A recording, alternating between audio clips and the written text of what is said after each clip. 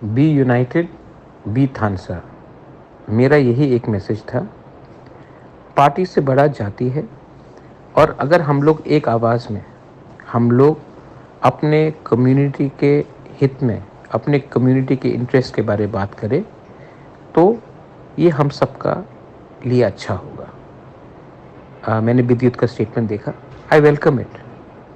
अगर कोई हमारे कम्युनिटी के वेलफेयर के बारे पहले बोलता है और पार्टी के बारे बाद में बोलता है, तो इसमें कोई खराबी नहीं है।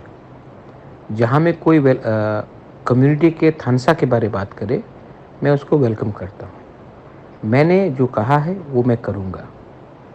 अगर गवर्नमेंट ऑफ इंडिया सीरियस है, तो हमारे भविष्य के लिए, अगर आप सबका साथ सबका विकास चाहते हैं, तो आप 30% पॉपुलेशन, 70% जोग्राफिकल एरिया को इग्नोर करके सबका साथ सबका विकास नहीं कर सकते। 1 साल से हम लोग वेट कर रहे हैं। मैं 10-11 दिन दिल्ली में बैठा रहा। अगर आप सीरियस है तो बात कीजिए, अगर सीरियस नहीं है तो हम अपना रास्ता खुद चुनेंगे। लेकिन कम्युनिटी को कुछ देना पड़ेगा। नेता को कुछ मिले, कम्युनिटी को कुछ नहीं मिले, ये होगा नहीं। तो मैं ये कोशिश कर रहा हूँ। आई हैव अगेन सेड, आप प्रार्थना कीजिए, प्रे कीजिए, महाराज के लिए नहीं, कि हमें कुछ मिले। हमने हमेशा तिपरासा कम्युनिटी को हमेशा साइडलाइन करके हमें डेवलपमेंट नहीं दिया गया। TTADC में उस दिन सब जोनल का जब मैंने लाइन देखा, कष्ट मुझे हुआ। 27,000 लोगों ने 100 नौकरी के लिए अप्लाई किया, 110 नौकरी के लिए। कितना बेरोजगारी है। अगर हम लोग गरीब रहेंगे तो हमारा बच्चा का शिक्षा कैसे मिलेगा। आज हम लोग हानि भुसा होके भी भूमिहीन हैं। अगर नेशनल हाईवे बनता है, रोड वाइडनिंग होता है, कहीं में कोई प्रोजेक्ट आता है, तो हमें कॉम्पनसेशन नहीं मिलता, क्योंकि हमारे नाम में ज़मीन रजिस्टर्ड नहीं है। ये कौन सी नॉर्थ ईस्ट में जगह है जहाँ में इंडिजिनस पीपल को अपने ही ज़मीन में परमिशन चाहिए अपना घर बनाने के लिए, कॉम्पनसेशन के लिए।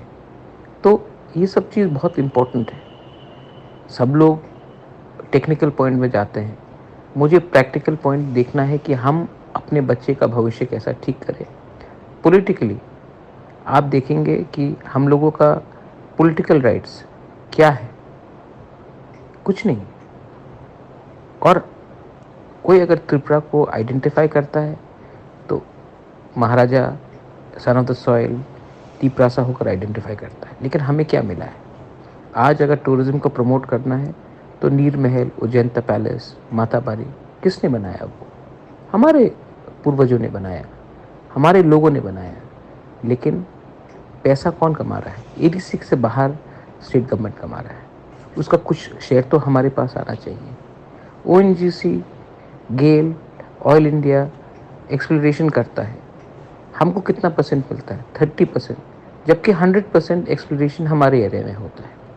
आज अगर EDC का बजट सिर्फ 2% स्टेट बजट का है, जबकि 35% लोग EDC एरिया के अंदर रहते हैं, तो ये इंसाफ़ी है या नाइंसाफ़ी है? ये सब चीज़ हमको सोचना पड़ेगा, और हमें अपने कम्युनिटी के बारे में पहले बात करना पड़ेगा।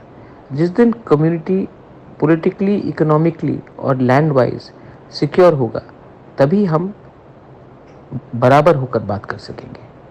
आज हम लोग नहीं डिमांड कर रहे हैं किसी का सिंपैथी, आज हम डिमांड कर रहे हैं हमारा अधिकार, कॉन्स्टिट्यूशनल राइट्स। अगर कोई सीरियस है तो बात करें। अगर सिर्फ आपको पॉलिटिक्स ही करना है और आप सीरियस नहीं हैं, तो थैंक यू वेरी मच, लेकिन आई एम नॉट इंटरेस्टेड। जवाब उनके कोर्ट में है। अगर वो देंगे तो हम जाएंगे, अगर नहीं देंगे तो इतने साल अकेला लड़ा है, अकेले ही लड़ेंगे। लेकिन कम्युनिटी को इस बार कुछ ना कुछ तो देना है, और वो भी राइटिंग में देना है। सिर्फ मुंह बोलने से कुछ नहीं होगा, आप राइटिंग में कुछ दीजिए, हम 100% विचार करेंगे। राइटिंग में नहीं देंगे तो क्या गारंटी है कि कल फिर से हमारे संग थकाई ना हो। ये मेरा मैसेज पूरे तिपरासा को है, ना कि सिर्फ तिपरामथा को। IPFT को है, BJP जनजाति मोर्चा को है, ST सेल को है। आप पॉलिटिक्स इस बार मत कीजिए। मैं सबके लिए कुछ चाहता हूँ, पार्टी के लिए नहीं, जाति के लिए। बेलाय बेलाय नो हमबाय, गॉड ब्लेस दी प्रसाद दोफा। खुलुमखा।